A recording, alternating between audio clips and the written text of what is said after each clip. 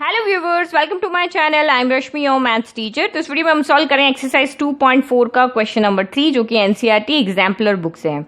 Given that root 2 is a zero of the cubic polynomial 6x cube plus root 2x square minus 10x minus 4 root 2, find its other two zeros। तो आपको यहाँ पे एक zero given है, यानी कि इस क्यूबिक इक्वेशन के टोटल कितने जीरोस होंगे? 3 होंगे, क्योंकि जितनी डिग्री होती है, मैक्सिमम डिग्री जितनी होती है किसी भी पॉलिनोमियल की, उतने ही जीरोस होते हैं। तो यहाँ मैक्सिमम डिग्री 3 है, तो मैक्सिमम डिग्री 3 है तो 3 जीरोस होंगे। 3 जीरोस में से एक जीरोस हमें यहाँ पे गिवन है, रूट 2 हमें यहाँ पे गिवन है कि इस इक्वेशन का एक सोल्यूशन यहाँ पे है रूट 2।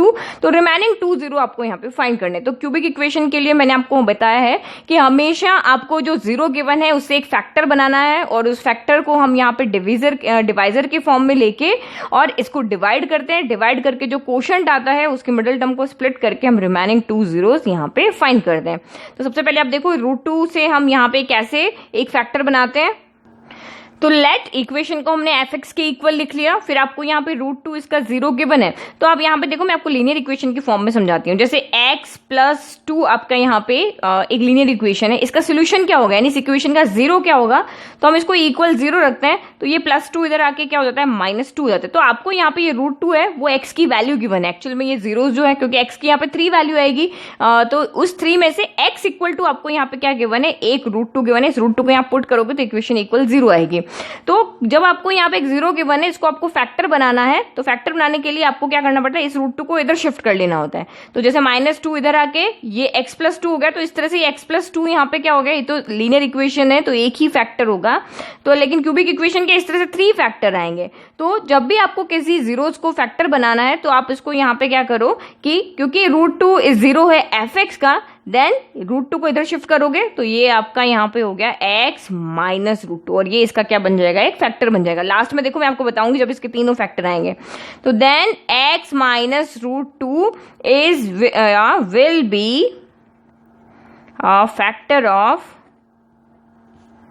F x. ये क्या हो जाएगा, इसका एक फैक्टर बन जाएगा। जब पहले फैक्टर बनते, जब आपने जैसे मिडिल टर्म स्प्लिट करके क्वाड्रेटिक इक्वेशन को जब सॉल्व किया था, तो जब हम क्वाड्रेटिक इक्वेशन को सॉल्व करते हैं लास्ट में 2 फैक्टर बनते हैं इस तरह से, फिर हम उसको इक्वल जीरो रख के और उनसे जीरोस फाइंड करते हैं। तो पहले ये फैक्टर बनना यहाँ पे जरूरी है, इसी से आपको यहाँ पे क्या करना है, डिवाइड करना है। नाउ आप इस एफ एक्स इक्वेशन को इससे डिवाइड करो। ओके, तो हमने इसको यहाँ पे डिवाइजर बना दिया, इसको डिविडेंड बना दिया। अब आप इसको डिवाइड करो। तो डिवाइड करने के लिए सबसे पहले दोनों ही टर्म आपकी मैक्सिमम डिग्री पहले होनी चाहिए। तो ये आपकी डिग्री की फॉर्म में इस तरह से अरेंज होनी चाहिए कि 3, 2, 1, यहाँ पे वेरिएबल कांस्टेंट टर्म की डिग्री 0, यहाँ पे मैक्सिमम डिग्री, फिर उससे कम डिग्री की फॉर्म में ये अरेंज होना चाहिए। तो सबसे पहले आप फर्स्ट टर्म को फर्स्ट टर्म से डिवाइड करते हो। तो डिविडेंड की फर्स्ट टर्म है 6x क्यूब और डिवाइजर की फर्स्ट टर्म है x। इससे डिवाइड किया, 6 आपका एज इट इज आ गया, x से यहाँ पे एक पावर कम हो जाएगी तो ये 6x स्क्वायर हो गया। ओके, 3 - 1 2 हो जाएगा। तो हमें यहाँ से क्वोशंट मिल जाता है। तो ये क्वोशंट हमारा हो गया 6x स्क्वायर। अब हमें यहाँ सब्ट्रैक्ट करने के लिए टर्म चाहिए, तो जो आपका क्वोशंट आया है उसी को आप डिवाइजर से मल्टीप्लाई करो, तो ये टर्म हमें यहाँ पे सब्ट्रैक्ट करने के लिए मिल जाएगी। तो आपने एनसीईआरटी बुक अगर अच्छे से सॉल्व किया है तो ये तो आप अच्छे से समझ जाओगे, ये प्रोसीजर मैंने वहां पूरा एक्सप्लेन किया है। तो 6 इंटू यहाँ पे कोई नंबर नहीं है, एक्स स्क्वायर। जब आपके दो वेरिएबल मल्टीप्लाई में होते हैं, बेस सेम होता है, पावर ऐड हो जाती है, तो ये यहाँ पे 6x क्यूब हो जाएगा, और 6 यहाँ पे minus as it is, 6 into root 2, 6 root 2 और वेरिएबल एक्स स्क्वायर। अब आपको फिर से डिग्री के नीचे डिग्री रखना है, एक्स क्यूब के नीचे एक्स क्यूब की टर्म और एक्स स्क्वायर के नीचे एक्स स्क्वायर की टर्म। तो ये हो गया 6x cube minus 6 root 2 x square हो गया। ओके, फिर हमेशा साइन चेंज होंगे, ये आपका प्लस है तो ये माइनस होगा, ये माइनस है तो यहाँ पे हो जाएगा प्लस। तो 6x क्यूब में से 6x क्यूब तो आपका कैंसिल हो गया, क्योंकि एक प्लस एक माइनस है तो ये आपके वैसे ही कैंसिल हो गए। अब इनको सॉल्व करो, प्लस प्लस प्लस हो गया, तो यहाँ पे 6 टाइम रूट 2 है, यहाँ 1 टाइम रूट 2 है, तो टोटल कितनी बार हो गया, 7 टाइम रूट 2 हो गए। तो आप जब भी आपको इस तरह से रूट वाला नंबर हो और आपको ऐड नहीं समझ में आ रहा है, तो आप इस रूट 2 को कोई एक और चीज ले लो। जैसे कि मैंने पेन ले लिया, यहाँ 6 पेन है, यहाँ 1 पेन है, टोटल 7 पेन हो गया। रूट 2 को मैंने पेन की फॉर्म में ले लिया, तो ये हो गया 7 root 2 x square minus 10x minus 4 root 2। Okay, अब हम फिर से यहाँ पे सेम प्रोसीजर लेना है, इसकी फर्स्ट टर्म को यानी कि 7 रूट 2 एक्स स्क्वायर को अगेन इसकी जो फर्स्ट टर्म है उससे डिवाइड करना। तो 7 रूट 2 तो आपका एज इट इज आ गया, x 2 - 1 हो जाएगा, तो x यहाँ पे x ही रहेगा। तो यानी कि ये हो गया प्लस 7 रूट 2 x हो गया। अब हमें टर्म चाहिए यहाँ सब्ट्रैक्ट करने के लिए, तो 7√2x को मल्टीप्लाई करो x माइनस √2 से, तो 7√2 तो एज इट इज हो गया, फिर x इंटू एक्स स्क्वायर हो गया, प्लस माइनस माइनस हो गया 7। यहाँ पे अब एक और चीज यहाँ पे देखो, √2 इंटू √2 हमेशा क्या होगा, 2 होगा। कोई भी दो नंबर जो रूट के अंदर सेम नंबर है वो बाहर दोनों मल्टीप्लाई होके वही नंबर बाहर आता है। अब जैसे मैं यहाँ लिख के बताती हूँ आपको, देखो ये हो गया, ये फॉर्मूला याद कर लो, √a इंटू √a हमेशा यहाँ a होता है। तो क्यों होता है, क्योंकि a रूट की पावर का, रूट का मतलब होता है पावर हाफ, मल्टीप्लाई में ये भी a की पावर हाफ, बेस सेम है, पावर क्या हो जाती है, ऐड हो जाती है। तो 1/2 प्लस 1/2, हाफ प्लस हाफ 1 हो गया, तो a की पावर यहाँ पे क्या हो गई, 1 हो गई। ओके, तो इसी तरह से यहाँ पे भी √2 इंटू √2 आपका क्या हो जाएगा, 2 हो जाएगा। तो 7 इंटू 2 यहाँ पे हो गया 14 और यहाँ हो गया x। ओके, तो 7√2 को √2 से मल्टीप्लाई किया, √2 इंटू √2 2, 7 इंटू 2 14 माइनस का 14x हो गया। अगेन आप यहाँ पे लिख दो 7√2x² माइनस का 14x हो गया। अगेन हमारा साइन चेंज, यहाँ पे प्लस है तो ये हो गया माइनस, यहाँ माइनस है तो ये हो गया प्लस, तो ये टर्म आपकी हमेशा कैंसिल होगी। अब प्लस माइनस माइनस, तो 14 में से 10 गया तो यहाँ पे बचा 4x और साइन आएगा पॉजिटिव क्योंकि 14 बड़ा है, फिर ये आपका 4√2 एज इट इज हो गया। अब फिर से एक बार, क्योंकि अभी यहाँ पे दोनों की डिग्री सेम है, तो अगेन एक बार वन टाइम और डिवाइड होगा, तो ये हो गया 4x को डिवाइड करेंगे x से, तो x से तो x कैंसिल हो गया, 4 बच गया, तो ये हो गया यहाँ पे 4। अब इस 4 को मल्टीप्लाई करो x माइनस √2 से, तो 4 इंटू एक्स 4x हो गया, प्लस माइनस माइनस 4√2 हो गया, तो ये हो गया 4x माइनस 4√2। तो जब भी आपको जीरोस फाइंड करने हैं हमेशा रिमाइंडर 0 आएगा। तो यहाँ साइन चेंज, प्लस है तो माइनस, माइनस है तो प्लस, 4x प्लस का और माइनस दोनों साइन, दोनों नंबर सेम है बट डिफरेंट साइन के, तो कैंसिल हो गए।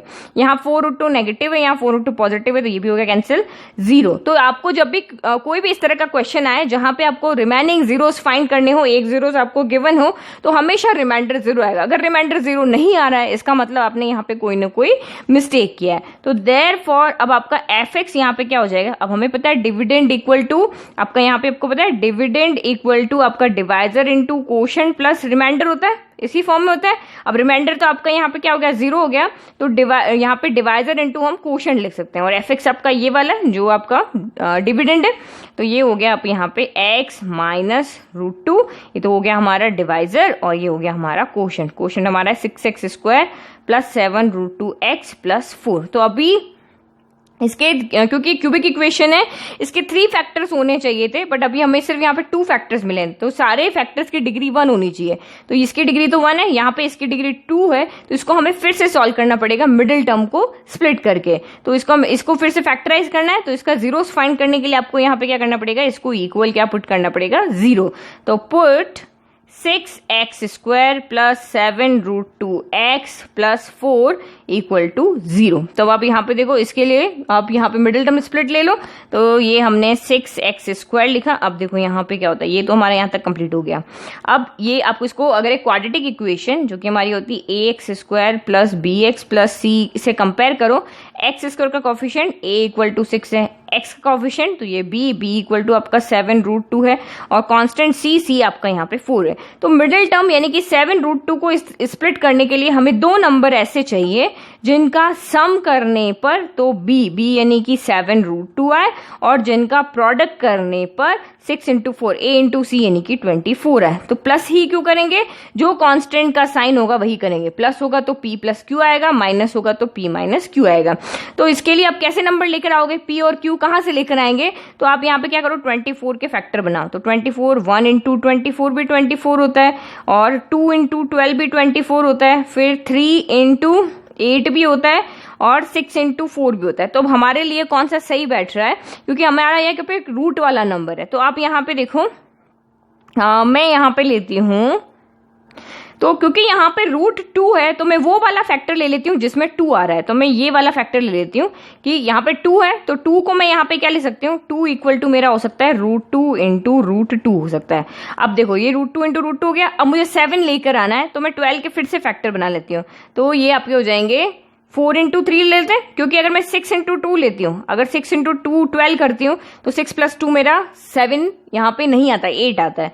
तो मैं यहाँ पे क्या करती हूँ, 4 इंटू 3 ले लेती हूँ, तो 4 प्लस 3 मेरा यहाँ पे क्या हो जाएगा, 7। तो आप यहाँ पे देखो 24 इक्वल टू 2 इंटू 12 लिया था, फिर 2 इंटू 12 को मैंने यहाँ पे फिर से 4 इंटू 3 लिखा, क्योंकि मुझे 7 बनाना है। अगर मैं 6 इंटू 2 भी लिख सकती हूँ, पर 7 चाहिए, इसलिए मैंने 4 इंटू 3 लिखा। अब मुझे यहाँ पे 2 को मैं फिर से क्या लिख रही हूँ, 2 को मैं 2 पार्ट में स्प्लिट कर रही हूँ, √2 इंटू 4 इंटू 3। तो एक √2 इसको दे देंगे, एक √2 हम इसको दे देंगे। तो ये आपका हो जाएगा 4√2 प्लस 3√2। तो ये 4√2 प्लस 3√2, सेम वैसे ही करो आप, 4 पेन प्लस 3 पेन 7 पेन, तो ये हमारा हो गया। अब इन दोनों को आप यहाँ पे मल्टीप्लाई करोगे तो आपका फिर से यहाँ पे क्या आ रहा है, 24 आ रहा है, यानी P आपका 4√2 हो गया, Q आपका यहाँ पे 3√2 हो गया। अब आप यहाँ पे मिडिल टर्म हमारी स्प्लिट हो गई, तो 7√2 की जगह आप रख दो 4√2 plus 3√2 x plus 4 equal to 0। तो यही चीज यहाँ पे समझने की, जब भी रूट वाला क्वेश्चन आता है। तो ये हो गया 6x² plus as it is 4√2, x अंदर आएगा तो x हो गया, x इसके साथ भी लिखना है, इसके साथ भी लिखना है। फिर प्लस 3√2, x इसके साथ भी लिख दिया, फिर प्लस 4 इक्वल टू 0। फिर फर्स्ट टू लास्ट टू में से आप कॉमन ले लो। अब कॉमन भी आपको बिल्कुल ध्यान से लेना है। तो यहाँ देखो 2 के टेबल में 6 आता है, 2 के टेबल में 4 भी आता है, तो 2 हम यहाँ पे कॉमन ले लेते हैं। x यहाँ 2 टाइम, यहाँ 1 टाइम है, तो एक बार ले लिया। 2 के टेबल में 6 आया कॉमन 3 टाइम, 2 के टेबल में 4 आया कॉमन 2 टाइम, तो ये √2 यहाँ पहले से ही है। अच्छा सॉरी, यहाँ x लिखना रह गया, x हो गया। यहाँ से तो x बाहर चला गया ना, यहाँ 2x थे तो एक x बच गया, या एक था वो बाहर चला गया। अब यहाँ से क्या कॉमन आ रहा है, तो यहाँ से आप देखोगे तो आप ये लिख के अंदाजा लगा सकते हो कि जो यहाँ ब्रैकेट बना है वही ब्रैकेट यहाँ बनना चाहिए। तो यहाँ 3x है, तो यहाँ भी 3x होना चाहिए, मतलब कि हमें √2 को बाहर लेके जाना है। तो √2 यानी कि हम 4 को यहाँ पे क्या लिखते हैं, 4 हमारा होता है 2 इंटू 2। तो मैं एक 2 को तो एज इट इज रहने देती हूँ, एक 2 को मैं √2 इंटू √2 कर देती हूँ। तो यहाँ से √2 मेरा क्या चला जाएगा, बाहर चला जाएगा। तो ये √2 मैंने बाहर ले लिया, तो यहाँ से तो 3x बच गया। इस 4 के मैंने इस तरह से फैक्टर बनाया है 2 इंटू 2, तो एक को 2 को मैंने √2 इंटू √2 ले लिया, तो ये √2 मेरा बाहर चला गया, ये बाहर कॉमन ले लिया, अंदर क्या बच गया यहाँ पे प्लस 2√2। दोनों ब्रैकेट सेम होने चाहिए, उससे आपको आइडिया लग जाएगा, इक्वल टू 0। अब जो दोनों ब्रैकेट सेम है उसको एक बार लिख लो, 3x प्लस 2√2, फिर आपका ये बच्चा जो कॉमन हमने टर्म ली 2x प्लस √2 इक्वल टू 0। तो एक यहाँ देखो, एक फैक्टर हमारा ये रहा और रिमेनिंग 2 फैक्टर हमारे ये रहे। अब हमें जीरोस चाहिए, तो एक बार इसको 0 रखो, when 3x plus 2√2 equal to 0। तो दिस एम्प्लाइज 3x प्लस का 2√2 इधर आके माइनस का 2√2 हो जाएगा, और x इक्वल टू माइनस का 2√2, 3 मल्टीप्लाई में यहाँ पे आ जाएगा डिवाइड में। तो एक x की वैल्यू तो हमें यहाँ पे गिवन थी, √2x का एक फैक्टर गिवन था, दूसरा फैक्टर हमारा माइनस 2√2/3 हो गया। एक और हम यहाँ पे फाइंड कर लेते हैं, when 2x plus √2 equal to 0। तो this implies 2x equal to plus का √2 इधर आके माइनस का √2 हो गया, और x इक्वल टू माइनस √2, 2 यहाँ मल्टीप्लाई में डिवाइड में आ गया। तो ये दूसरा जीरोस हो गया। तो क्यूबिक इक्वेशन के 3 जीरोस आपको यहाँ पे चाहिए।